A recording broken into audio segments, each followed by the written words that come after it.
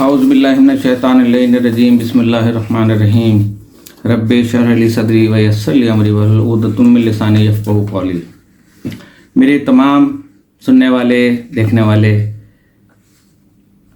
میرے ویورز، پاکستانی، غیر پاکستانی اور غیر ممالک میں رہنے والے پاکستانی اور میرے تمام سبسکرائبر اور نان سبسکرائبر، سب کو میری طرف سے السلام علیکم ورحمۃ اللہ وبرکاتہ۔ آپ کا 16واں روزہ 17واں غالباً کراس ہو رہا ہے، اور اللہ پاک آپ کو ان روزوں کی برکات و فیوزات سے مقبول فرمائے۔ اور مزید کچھ کہنے سے پہلے میں آپ سے وہی درخواست کروں گا کہ میرے چینل کو نہیں، آپ اپنے چینل کو سبسکرائب کیجیے۔ انشاءاللہ میں نے ٹارگیٹ پورا کر لیا، پھر میں آپ کی بھی سن کے ترجمان میں بنوں گا، زبان میری ہوگی، بیان میرا ہوگا، اور اس میں تمام دکھ سکھ وہ بھی شیئر ہوں گے۔ اس میں ہر ٹاپک چلے گا، میڈیسن کا بھی چلے گا، روحوں کا بھی چلے گا، جنات کا بھی چلے گا، موکلات کا بھی چلے گا، سائنس کا بھی چلے گا، جغرافیہ کا بھی چلے گا، اسلامک اسٹڈیز بھی چلیں گی۔ مقصد یہ کہ کوئی مخصوص نہیں ہے، تمام علوم پہ، ہپناٹزم کے اوپر بھی چلائیں گے، شمع بینی پہ بھی چلائیں گے، مراقبے کے بارے میں بھی گفتگو ہونی ہے۔ تو امید ہے کہ آپ اپنے چینل کو سبسکرائب کریں گے، اپنے دوستوں سے کہیں گے، اپنے رشتہ داروں سے کہیں گے کہ وہ اسے سبسکرائب کریں اور دیکھیں۔ اب میں بہت 35% دور رہ گیا ہوں اپنی ٹارگیٹ سے جو ہے، اور وہ میں انشاءاللہ رمضان کی عید چاند رات تک میں اسے انشاءاللہ پورا کرنا چاہ رہا ہوں، اور اس میں مجھے امید ہے کہ آپ میرا پورا بھرپور ساتھ دیں گے۔ مجھ سے پوچھا گیا تھا کہ چاند رات کو جو ہے نا لوگ ہلڑ بازیاں وغیرہ کرتے ہیں، یہ تو ہماری روایت رہی ہے پاک و ہند کی، بلکہ پاکستان کی زیادہ، کہ ہر مبارک رات کو وہ ہلڑ بازی کرتے ہیں، چاہے شب برات ہو، شب معراج ہو، یا عید کی راتیں ہوں۔ لیکن انشاءاللہ میں اس پہ پروگرام کروں گا، اور بڑا ضخیم اور انشاءاللہ جامع پروگرام کروں گا، تو پھر وہ آپ اس کو سنیے گا۔ تو کل بات چل رہی تھی ہماری، جہاں پہ ختم ہوئی تھی وہ روحوں کے اوپر ہی اور دوسرے معاملات میں کہ کس طریقے سے جو ہے نا مخفی قوتیں کام کرتی ہیں۔ تو اس کے اندر یہ ہے کہ امریکہ کے ایک پروفیسر ہیں مشہور، جیمز نے اپنی کتاب میں ڈاکٹر ہٹی کا ایک تجربہ جو ہے نا وہ بیان کیا ہے، اور کہا ہے کہ میرا تجربہ یہ ہے کہ خدا بھروسہ رکھنے والے اور بھروسہ رکھنے والا تمام خطرات سے محفوظ گزر جاتا ہے۔ عین ضرورت کے وقت کوئی شخص پردہ غیب سے آ کر معاون بن جاتا ہے۔ جس طرف جانا خطرناک ہو اس طرف خود بخود رکاوٹیں کھڑی ہو جاتی ہیں، اور جو چیز مفید ہو وہ اس کی راہ سے تمام رکاوٹیں از خود ہٹ جاتی ہیں۔ عین وقت پر کوئی کام کرنے کی ہمت پیدا ہو جاتی ہے، یا غیب سے ایسی تجاویز دماغ میں آتی ہیں کہ جو مفید ہوں۔ ایسے آدمیوں کو یقین ہوتا ہے کہ وقت آنے پر کام خود بخود ہو جائے گا۔ تو عین وقت پر کوئی نئی تجویز کا سوچ جانا، مقالہ یا نظم لکھتے وقت دماغ میں کوئی نیا نقطہ دل میں آ جانا، ایسے واقعات ہیں جو ہر صاحب قلم کو عموماً پیش آتے رہتے ہیں۔ یہ نئے خیالات کہاں سے آتے ہیں اور انہیں دماغ میں کون ڈالتا ہے؟ ان سوالات کا جواب ایک ماہر نفسیات یہ دے گا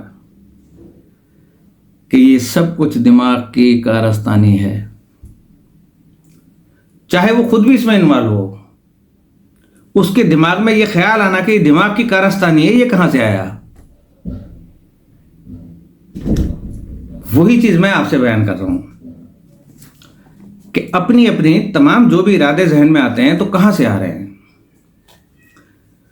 تو وہ یہی کہے گا، لیکن ہمارے صوفیہ جو اعلیٰ درجے کے پائے کے ہیں وہ یہ کہیں گے کہ یہ خیالات عقل کی تخلیق ہیں، مائنڈ کی تخلیق ہے، ناٹ برین، اور عقل پر ایک خفیہ طاقت ہر وقت مسلط رہتی ہے۔ اگر یہ طاقت اچھی ہو تو تخلیقات عمل اچھی ہوں گی، ورنہ بری. تو صوفیہ یہ بھی بتاتے ہیں کہ ایک آدمی کے دماغ پر شیطان اور فرشتہ بیک وقت مسلط ہوتے ہیں. حق اور باطل ہر وقت انسان کے جسم میں ہوتا ہے. جیسے میں نے کہا تھا نفس امارہ نفس لوامہ، ایک روکنے والی طاقت اور ایک ٹوکنے والی طاقت ہر وقت انسان میں موجود رہتے ہیں. فرشتہ اللہ کی طرف بلاتا ہے اور شیطان بدی کی ترغیب دیتا ہے. تو اثر اندازی کا یہ مقابلہ برسوں جاری رہتا ہے. اگر یہ آدمی اللہ کا ہو جائے تو شیطان مایوس ہو کر اسے چھوڑ جاتا ہے، اور اگر یہ مائل بشر ہو جائے، شر کی طرف مائل ہو جائے، تو پھر فرشتہ رخصت ہو جاتا ہے. اب 19ویں صدی کے مغربی سائنسدانوں کا خیال تھا کہ یہ کائنات اس عظیم کار کے پیچھے کوئی دماغ کار فرما نہیں ہے، بلکہ بجلی کے مثبت و منفی ذرات جن سے یہ کائنات تعمیر ہوئی اتفاقاً پیدا ہو گئے تھے. ان گنت صدیوں کے بعد ان کی تعمیر و تخریب کے بعد یہ مہو انجم اور یہ کوثار چمنزار خود بخود وجود میں آ گئے تھے. 19ویں صدی کے مغربی سائنسدانوں کا خیال یہ تھا کہ کائنات کے اس عظیم کار کے پیچھے کوئی دماغ کار فرما نہیں ہے، بلکہ بجلی کے مثبت و منفی ذرات جن سے یہ کائنات تعمیر ہوئی اتفاقاً پیدا ہو گئے تھے. ان انگنت صدیوں کی تعمیر و تخریب کے بعد یہ مہو انجم اور یہ کوثار چمنزار خود بخود وجود میں آ گئے تھے. یہ موسموں کا تغیر اور اس کا تبدل، یہ نور و ظلمت کا حیرت انگیز نظام محض اتفاق تھا. 20ویں صدی میں جب سائنس نے کتاب کائنات کے چند اوراق الٹے اور فطرت کے ہر پہلو میں ایسے ہی کمال نظر آیا، کہیں کوئی بدمن نظمی نظر نہ آئی، کوئی نقص نہ دکھائی دیا، تو سائنسدان سوچنے لگے کہ تخلیق و تدوین کے یہ کرشمے اتفاقیہ نہیں ہو سکتے.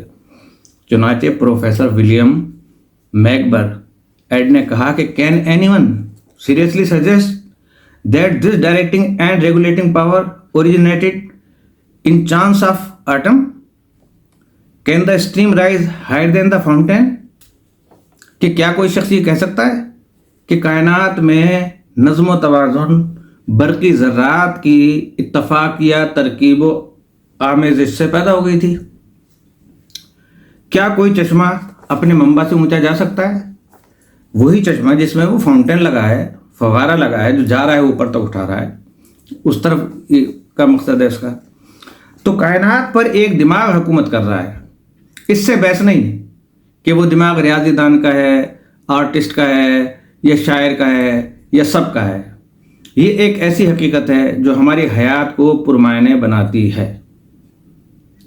اور کاروبار زندگی میں جان ڈالتی ہے، امیدوں کو ابھارتی ہے.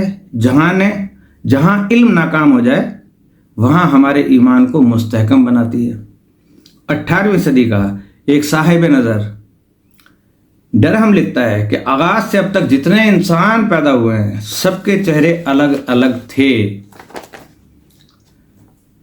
اس میں حکمت یہ ہے کہ اگر سب کے چہرے یکساں ہوتے تو قطعاً معلوم نہ ہوتا کہ باپ کون ہے، بیٹا کون ہے، شوہر کون ہے، افسر کون ہے، ماتحت کون ہے، فلاں عورت کا شوہر کون ہے، فلاں عورت کا بھائی کون ہے. ہر چیز کا ہر شخص مالک بن کے بیٹھ جاتا ہے. تو چہروں کا یہ اختلاف بہت بڑی اہمیت کا حامل ہے، اور اس کا انتظام کوئی ایسی ہستی کر رہی ہے کہ جس کا دانش کا کوئی کنارہ نہیں. تو جو خدا کائنات کے ہر شعبے کا انتظام کر رہا ہے، سیاروں کو ان کی معینہ گزرگاہوں پر چلا رہا ہو، سمندروں کا کروڑوں ٹن پانی ہوا کے کندھوں پہ لاد کر ہماری کھیتیوں پر برسا رہا ہے، پھولوں کو رنگ و بو دے رہا ہے، وہ انسانی احوال و معاملات پر بھی یقیناً اثر انداز ہوگا. جس طرح مکھی کے انڈے سے آج تک مچھر پیدا نہیں ہوا اور آگ کے ساتھ آج تک آم نہیں لگے،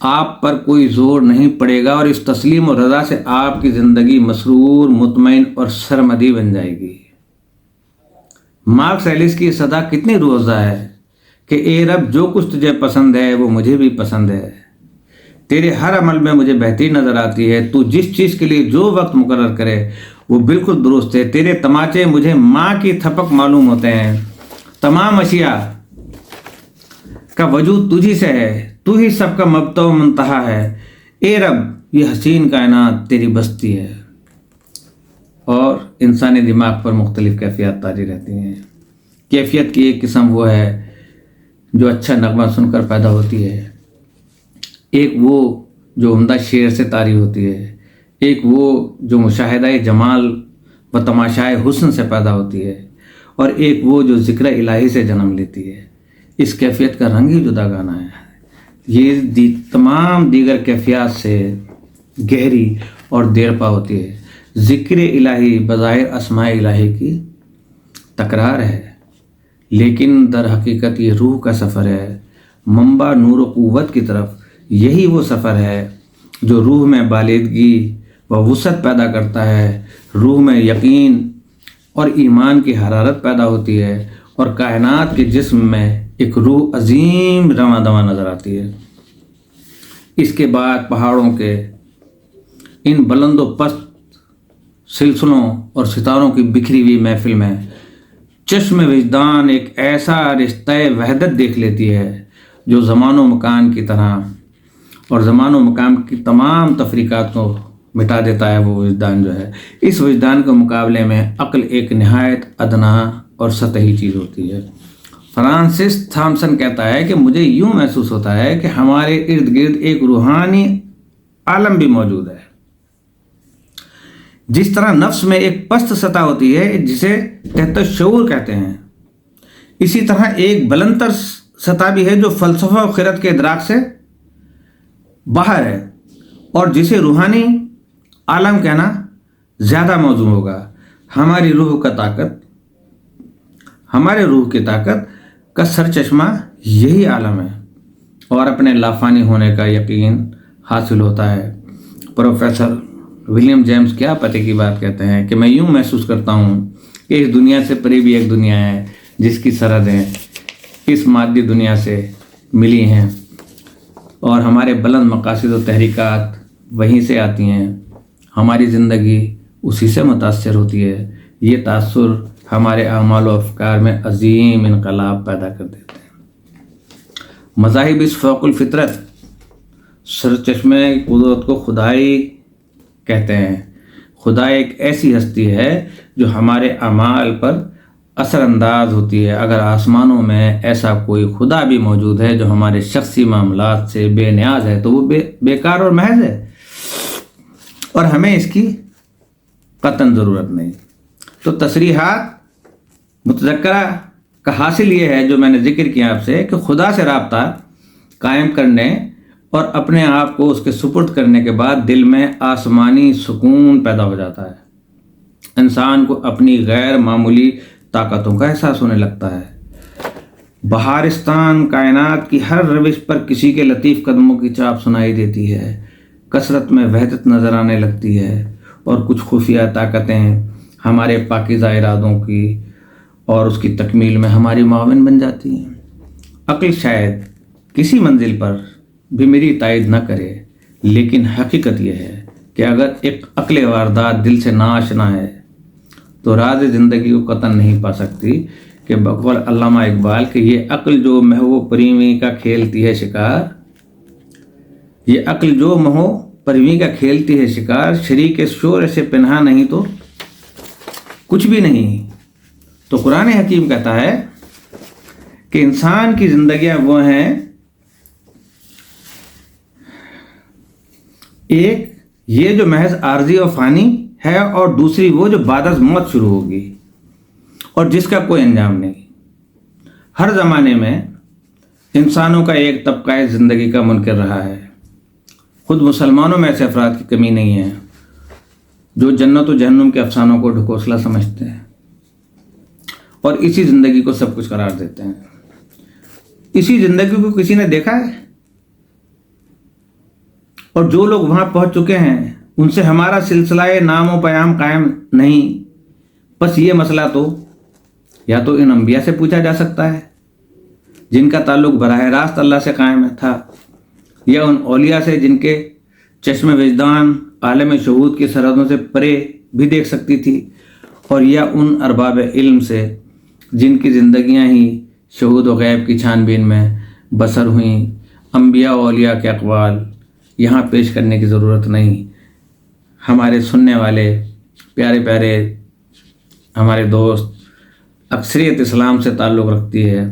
البتہ موجودہ حکماں کے چند اقوال پیش کرنا غیر مناسب نہیں ہے کہ آرتھر فنڈ نے گلاسکو کی ایک سوسائٹی سائیکک ریسرچ روح کے متعلق تحقیق کا وائس پریزیڈنٹ تھا. یہ اپنی کتاب آن دی ایج آف دا ایتھرک 10 پر لکھتا ہے کہ ہم دراصل خاکی اجسام میں چھپی ہوئی ارواح ہیں. موت ہمیں اس مادی غلاف یعنی جسم سے الگ کر دے گی. یہ جسم لطیف روح ہی حقیقی اور مستقل چیز ہے. اور ایک اور حکیم ڈاکٹر الیکسس کہتا ہے کہ شراب زندگی جام خاکی کی ظرف سے زیادہ ہے اور اسی لیے باہر چھلک رہی ہے. میرے پاس ایسے اقوال کا ایک انبار موجود ہے. مغرب کے بیشتر پروفیسر، سائنسدان اور فلاسفر اس حقیقت پر ایمان رکھتے ہیں کہ حقیقی انسان جسم کے اندر رہتا ہے. میں تو آپ کو بتا چکا ہوں سب میں اپنے پچھلے پروگراموں کے اندر کہ اپنے آپ کو پہچانے. من عرفہ عرف ربہ، من ربہ عرف نفسہ. جس نے اپنے رب کو پہچانا گویا کہ اس نے اپنے نفس کو پہچانا. تو یہ میں ہمیشہ آپ سے کہتا رہا، وہی اب فلاسفر کہہ رہے ہیں، اور یہ حضرت علی علیہ السلام کا قول ہے. آج سے 14 سال پہلے انہوں نے نہج البلاغہ میں ارشاد فرمایا. تو میرے پاس جسم خاکی کی عمر اوسطاً 60-70 برس سے زیادہ نہیں ہوتی، اتفاقی طور پہ ہو سکتی ہے لوگوں کی. اور جسم لطیف ابدی اور سرمدی یہ دونوں اجسام کے تقاضے الگ الگ ہیں، یعنی جسم خاکی کے اور جسم لطیف کے. جسم خاکی کی زندگی سے غذا وابستہ ہے. جسم خاکی کو کھانا ملے گا تو اس کی زندگی کی بقا ہے، اور نیکی و طاقت کے بغیر جسم لطیف. حیرت ہے کہ انسان اس چند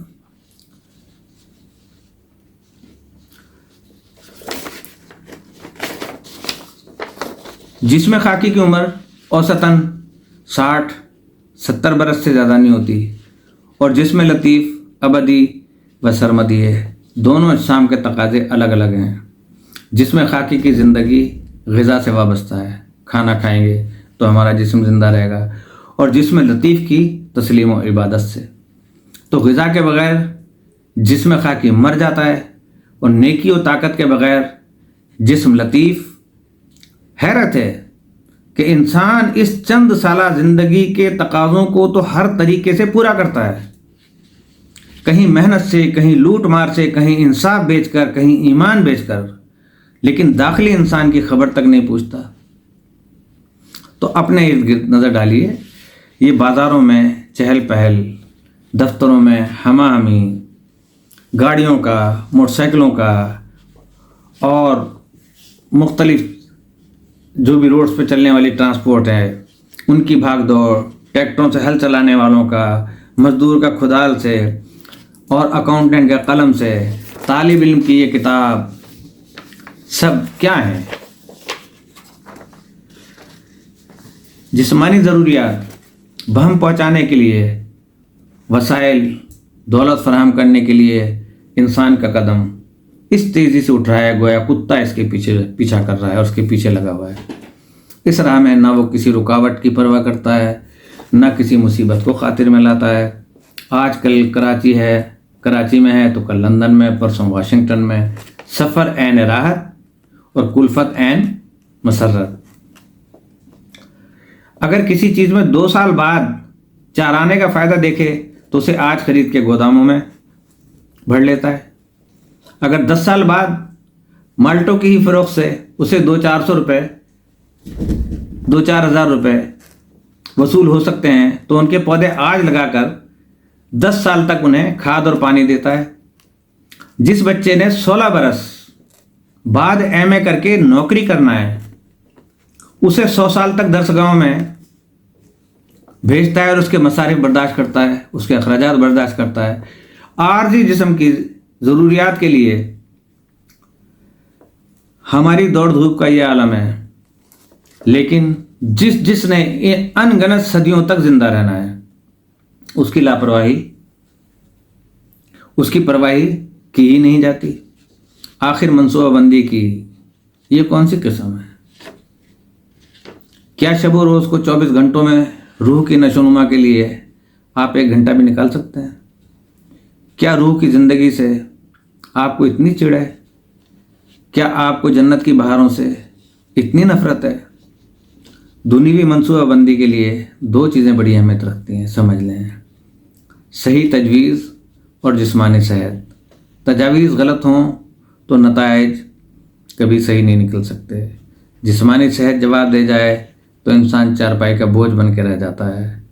تجاویز عالم بالا سے آتی ہیں اور وہاں 2 قسم کی طاقتیں ہیں: نیک یعنی ملائکہ اور بد یعنی شیطان. یہ دونوں طاقتیں دماغ میں مسلسل تجاویز ڈالتی رہتی ہیں. جب کسی انسان کا تعلق ملائکہ سے کٹ جائے تو اس پر شیطان مسلط ہو جاتا ہے اور پھر اس کی ہر تجویز کا انجام تباہ کن ہوتا ہے. ایسا آدمی ایسی بس میں سوار ہو جاتا ہے کہ جس نے آگے چل کر کسی کھڈ میں گرنا ہوتا ہے اور کھائی میں گرنا ہوتا ہے. اللہ کے نیک بندے ایسے حوادث سے دوچار نہیں ہوتے. ملائکہ ان کے دماغ میں صحیح تجاویز ڈالتے ہیں. سورہ رعد میں اللہ پاک آیت نمبر 11 میں فرماتا ہے کہ ہم نے انسان کے آگے اور پیچھے محافظ مقرر کر رکھے ہیں جو اسے ہمارا اشارہ پا کر ہر مصیبت سے بچاتے ہیں اور گناہ گار سے یہ محافظ چھین لیے جاتے ہیں. تو پادری لیڈ بیٹر، بہت میں نے ذکر کیا اپنے ان پروگراموں میں اس کا، یورپ کا ایک بہت بڑا صوفیوں میں سے تھا. ضروری نہیں ہے کہ صوفی مسلمان ہی ہوں، ہندوؤں میں بھی بڑے بڑے صوفی گزرے ہیں، کبیر داس وغیرہ، بابا گرو نانک، اسی طریقے سے لیڈ بیٹر یہ کرسچن تھا. تو ان کی روحانی طاقت کا یہ عالم تھا کہ بیک وقت لندن اور جاپان میں ہوتے تھے اور تیسری آنکھ سے جسم لطیف کو دیکھ سکتے تھے. یہ ایک کتاب میں لکھتے ہیں کہ میں نے ایک مزدور کے جسم لطیف کو دیکھا تو وہ ناسوروں سے بھرا ہوا نظر آیا. اسے پاس بلا کر اس کے جسم خاکی کا معائنہ کیا تو وہاں بھی 3 ناسور نظر آئے. میں نے اسے اپنے پاس رکھ لیا، ہر روز اس کے جسم خاکی کا معائنہ کیا اور ہر روز اس کو اس سے عبادت اور زبور مقدس کی تلاوت کراتا تھا. اندازاً 2 ماہ کے بعد اسے مکمل شفا ہو گئی. میں نے اس کے جسم لطیف پر نظر ڈالی تو وہ بھی صحت پا چکا تھا. اس واقعے اور بعد کے لادات تجربات سے لیڈ بیٹر اس نتیجے پہ پہنچا کہ بیماری پہلے جسم لطیف کو لگتی ہے اور وہاں سے جسم خاکی میں منتقل ہوتی ہے. یہ بھی میں اپنے شروع کے پروگرام میں کہہ چکا ہوں کہ جو بھی جادوگر ہوتے ہیں یا کوئی کسی پہ کوئی عمل کرواتا ہے ایسا، تو اس عمل کے نتیجے میں اسے جو احساسات ہوتی ہیں، اس کی طبیعت میں ایک عجیب سی بے قراری اور وہ محسوس ہوتا ہے کہ مجھے پتہ نہیں کیا ہو رہا، تو سیدھا ڈاکٹر کا رخ کرتا ہے. وہ دوائیں دیتے ہیں، دواؤں کو الٹا اثر ہوتا ہے. اس کے بعد وہ یعنی جسم لطیف خراب اندر سے ہوتا ہے تو پھر جسم خاکی بھی جو ہے وہ زخمی ہونا شروع ہو جاتا ہے ان دواؤں کے نتیجے میں. تو وہاں سے جسم خاکی میں منتقل ہوتی ہے اور یہ امراض گناہ بد زبانی، بدکاری، بد اندیشی وغیرہ سے پیدا ہوتے ہیں. اسماء الہیہ اور آیات میں یہ طاقت موجود ہے کہ گناہ کے اثرات کو زائل کرنے دیں. اس لیے اگر کوئی شخص گناہوں کی وجہ سے مبتلا امراض ہے تو وہ 3 کام کرے: اول گناہ سے توبہ، دوم عبادت و درود و تلاوت، سوم زبان، قلم، ہاتھ اور مال سے انسانی خدمت، مرض لازماً دور ہو جائے گا۔ ہمارا ابھی آدھا سبق باقی ہے تو اور ٹائم جو ہے وہ اوور ہو رہا ہے، تو انشاءاللہ اللہ پاک نے چاہا اور زندگی دی تو کل انشاءاللہ آپ سے پھر گفتگو ہوگی۔ کل 19ویں شب ہے، پہلے امام اور خلیفہ چہارم حضرت علیہ السلام کو ضرب لگنے کی شب ہے، جو کہ عبد الرحمن ابن ملجم ملعون نے ایک سازش کے تحت ایک عورت کے آنے میں اور اس کے کہنے پر اس کے اس میں مبتلا ہونے کے بعد جو حضرت علیہ السلام پہ حملہ کیا اور اس میں وہ شہید ہوئے، تو کل ان کا بھی جو ہے کچھ ذکر کیا جائے گا اور اس کا بھی ذکر کیا جائے گا۔ اور انشاءاللہ ہم سب مسلمان ہیں، جو دیگر مذاہب کے ہیں وہ بھی ہمارے بھائی ہیں، جو اہل کتاب ہیں وہ ہمارے بھائی ہیں، ان کو بھی حقائق کا پتہ چلنا چاہیے، کیونکہ جس طرح ان کے یہاں پروٹسٹنٹ، کیتھولک، شودر اور مختلف قسم کے جو ہے نا ہندو پائے جاتے ہیں، اسی طرح مسلمانوں میں بھی کئی قسم کے فرقے ہیں۔ تو اللہ کا کرم ہے کہ ہمارا کوئی فرقہ نہیں ہے، سمپل مسلمان ہیں، جس سے جو اللہ نے دین نافذ کیا ہے، کہ جو اس کے نزدیک اچھا دین ہے اس پہ عمل کر رہے ہیں، اور ہم سب انشاءاللہ کبھی بھی ہماری سوچوں میں اختلاف نہیں ہوگا۔ اسی کے ساتھ میں دعا کرتا ہوں کہ اللہ پاک ہماری جان و مال و ایمان و عزت و آبرو کا تحفظ فرمائے، اور جو بیمار ہیں ان کو شفائے کاملہ و عاجلہ بابرکت طول عمر عطا فرمائے، جو مقروض ہیں ان کا قرض خزانے غیب سے عطا فرما دے، اور جہاں جہاں تیری مخلوق تیری مدد کی طالب ہے ان کی مدد فرما، اور ان سے کہنے سے پہلے کہ اس کا حق تو ہے وہ کر رہا ہے، اس سے زیادہ ہمارا بھی حق ہے کہ ہم سب کچھ اپنی آنکھوں سے دیکھ رہے ہیں، تو ہم کیا کر رہے ہیں اس کا بھی محاسبہ کیا جائے، کہ ہم بھی ان کو، ان غریبوں کو شامل کریں اپنی خوشیوں میں اور ان کے دکھوں میں شریک ہوں تاکہ وہ بھی خوش ہوں۔ اسی کے ساتھ السلام علیکم ورحمۃ اللہ وبرکاتہ۔